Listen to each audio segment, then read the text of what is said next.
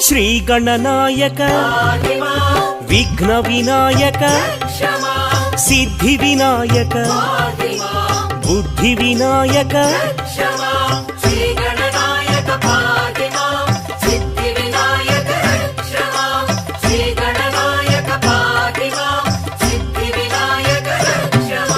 మూషిక వాహన మోదక హస్త పార్వతి తనయ పాప విమోచన